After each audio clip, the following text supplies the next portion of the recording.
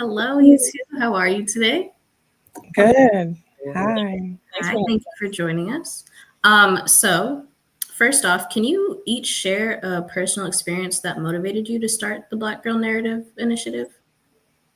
Yeah, I can jump in here. It really started off of another project that I was working on way back when called Black Superwoman Chronicles. And it was really a space to give Black women artists a space to sort of write, reflect on things without having to perform in sort of a white institution. And from there, I went off and got my doctoral degree, had to put it on pause for a little while. And when I was doing my program, one of the things that I thought through was how can I combine my love for research and for Black women into something that would sort of fit like a glove, and had this thought of Black girl narrative, and immediately was like, where is Nardos?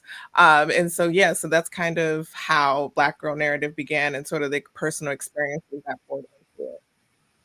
Yeah, there's a little more nuance to that story that I'll share a little about. Before I met DeLisha, I was navigating a lot of different spaces. So my parents emigrated here in the '80s from East Africa, and I grew up in Prince George's County. So I spent my formative years navigating different spaces, different cultures, different expectations.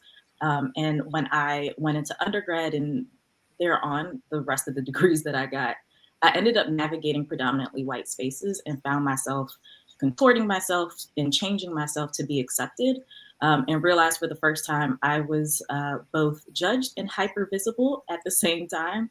And so, fast forward when D and I finally met, we shared a lot of stories about our upbringing, our school dynamics, our all of these spaces that we've had to navigate as Black women. And in our friendship, we are realizing that we're dreaming about spaces where Black women can just be and exist in our full selves and everything that we bring without having to contort ourselves. And so our friendship started. Black girl, the idea of Black girl narrative and the stories that we shared with each other are huge parts of how we shaped what Black girl narrative is becoming. Okay, so in what ways do you believe Black Girl Narrative aims to redefine the digital landscape for Black women? Yeah, I'll stop and or start and hop in here.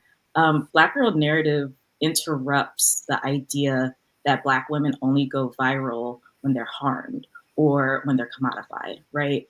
It pushes back against that idea that Black women can be modified, and so through particularly storytelling campaigns, a recent one that we had was called "Dear Black Girl Who Stayed Online Anyways." We're showing that Black women's joy and cared and critiques of our spaces around us, particularly the digital world, deserve to be heard, underscored, and archived for years to come. Yeah, and just to sort of bounce off of that, I would say that Black women have often been forced into the narrative of being strong or nurturing, or there's some sort of like word that just kind of describes us as this, and then that's all we get to be. And I think with Black Girl Narrative, what we really want to push forward is that we want to be multifaceted. We want to be everything that we are, all the parts that make us who we are, and also naming that Black women look differently depending on who we are as people and our upbringing. Like Nardos mentioned, we're both from Prince George's County, born and raised in the DMV area. And so that really allowed for us to have a strong understanding of what Blackness is in different spaces. And so I think that really helps us think through how we navigate the digital landscape, which looks different. It's not just Black folks online; it's a multitude of different folks from different races, classes, etc. And that all feeds into how Black women experience the online landscape that they're a part of. Okay. Can you give a few examples of how this initiative addresses underrepresentation? Yeah, I mean, I can sort of kick off and just name that one of the big things is we're launching next week on May 15th. That's our launch day. So excited to sort of plug that. And one of the first things that we are launching with is our report, The Love We Code. And we really were intentional around naming the report The Love We Code, because we wanted folks to understand that even in the turmoil and the distortion of an online space, a space where Black women are often silenced, marginalized, all of those things happening all at once, we are still finding joy. We are still finding community. We are still finding love in each other. I have some great friends I've never met a day in my life on Twitter and on Instagram. And like when I see them, it's all love, it's a kickback. It's like we're cousins and all of that. So just being able to have a report that can sort of showcase that as our first initial or inaugural moment is really powerful. And I'll also add, right, to what Dee said, it is just highlighting all of us, right? It's not just celebrities, it's not just influencers. And so making sure that we're creating space for our Black women who are just existing in everyday and doing things in everyday life that are worthy of highlighting there. And so that's what this digital space and presence is really, really about. Okay. How has research played a role in shaping the narratives presented on Black girl narratives? Like, are there any specific studies or findings that sort of influenced the creation of this? How much time you got?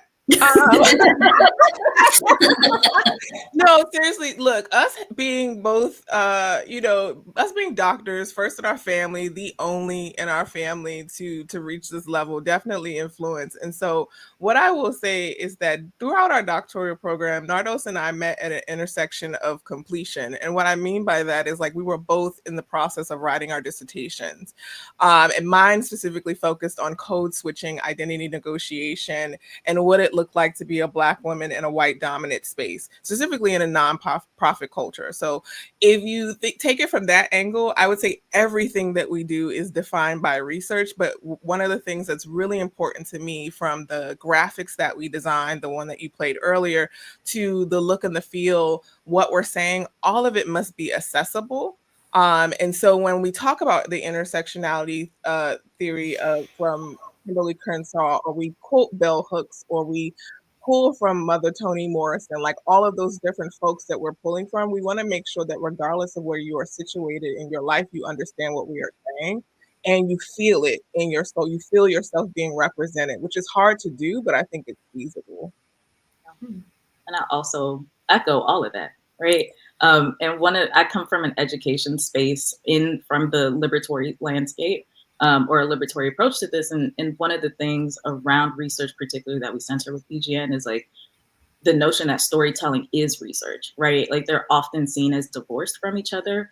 And so using storytelling and narratives as a form of research to validate our experiences is another thing that we're pushing back against in our general society. And so when we say research, everything that DeLisha said, right? Like there is precedent there. And what we're also doing in this field is making sure that storytelling is underscored as valid pieces of data. So why do you believe that storytelling is a vital tool for empowerment within the Black community? And like, how does it relate to identity and culture? I'm gonna say again, how much time we got? No, so I wanna, because we are focusing on storytelling from what we mentioned, right? Everyday people, not just influencers, etc. We're using many stories of many Black women to show that Black womenness and Black womanhood is not a monolith, right? So that's why it's incredibly important. And historically, and I'll even say still today, we focus so much on numbers. And so when we look at research, numbers tell us what is happening if we ask the right questions, but our stories and our narratives tell us how it's happening and why it's happening and what we can begin to do to change what's happening to us, right? So it tells us that this is all structural, and that when we begin to tell our stories and highlight how our experiences are not just one-offs, right? How they manifest, yes, are important to each and every one of us and is specific to each and every one of us. But once we begin to share our stories and realize this happens to a lot of us in many different ways, but at the core, it is oppressive, we can begin to change structures to mitigate some of that oppressive treatment that we're receiving from whomever. Okay. Yeah. And I'll just really quickly just add to that and say that in a very simple way, storytelling is Blackness. That it's how we survived. Like I think that is something that has existed, and it's why we have old wives' tales and things that we can sort of call upon from our childhood to now, because those are the stories that have passed down from generation to generation to generation. And so I think that storytelling inherently has been the way in which Black people from a very early on, specifically in this country, have done research. It's just that when we think about it from like a qualitative landscape, it's been seen as not research because it doesn't have a number attached to it, like Nardos was mentioning. And that doesn't correlate anymore. We're noticing that stories are important, narratives are important, and they have a subculture of narrative where I think Black women have largely been seated within society as like this subculture, but we are bubbling up from within. And I think we are, showcasing who we are as people on a global stage. Okay. So, what advice would you give to young Black women who aspire to share their stories or contribute to digital spaces? Do it. Like I just like, I think, and I'll just name this, like being someone who has been diagnosed with like social anxiety, even doing something like this is very hard. Like I freaked out about maybe 5, 10 times before we like got into this space. I'm gonna be honest with you. And so it takes a lot for me to just like want to put something out and want to try it. But like I think having Nardo specifically as like a co-founder in this, she pushes me. She's like, no, put that out. That looks great. Just try it. Let's like think through what this looks like. And so I would say think about what your message is, what you want to convey to the world. Know that your story is important. It doesn't have to look like someone else's. It doesn't have to sound like someone else's. You don't have to think about the trends. You just have to speak from your heart. And those are the things that folks resonate with. I plus one all of what Dee said. Because and I'll underscore and start my piece with like community is important here, right? And even the community to start. So having people around you to push you, to encourage you, to make sure that you are still staying true to your vision of what something could look like, but also trust yourself, right? I'll underscore it. DeLisha was huge and still continues to be huge on telling me that you need to trust yourself and you know what you're doing, and just continue to try. And so your own vision is valid. Your narratives are valid. You just have to trust yourself that you're going to do the thing that you think is important because somebody does need it. And you're going to find the people who need it. So, lastly, what legacy do you hope Black Girl Narrative leaves within the Black community and beyond? Mm. I will say that we didn't wait to be seen, that we created these spaces to be fully seen for ourselves because we know that that was important. And so, in this, the legacy that Black Girl Narrative leaves is that we honored our truths loudly, lovingly, unapologetically, because we know that we can't wait for other people to do it. Yeah, and I think for me, it's just I'm raising 2 Black children, and they are constantly in my thoughts. Raising a young lady, raising a little boy. I want them to see themselves, and know that anything is possible. And I think that is the thing that really resonates with me the most, is knowing that like I didn't start this. If you'd have told little me, Prince George's County, DC born, that I would be doing this today, I would have laughed in your face. It would have been like, no way that I would have been like, man, I'm about to be doing that. What you talking about? Like that would have been me. But now seeing the path, I think that there's so many beautiful things possible. And I think that's the direction that folks need to move forward with, is just knowing and believing in themselves and having the right community around themselves. So I hope that Black Girl Narrative is that community for someone. Wonderful. Is there anything else either of you would like to mention? We launching y'all on we are launching on May 15th. Look out for that. Please follow us on Instagram, Black Girl Narrative.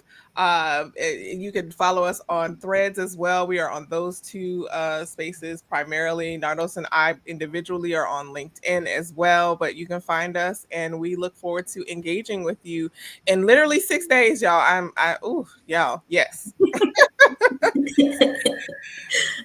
All right. Well, thank you both so much for being here and speaking with us. This is beautiful what you're doing. I can't wait to see where this takes you all. Thank you. Thank I you. appreciate Thanks so it. much. Thank you.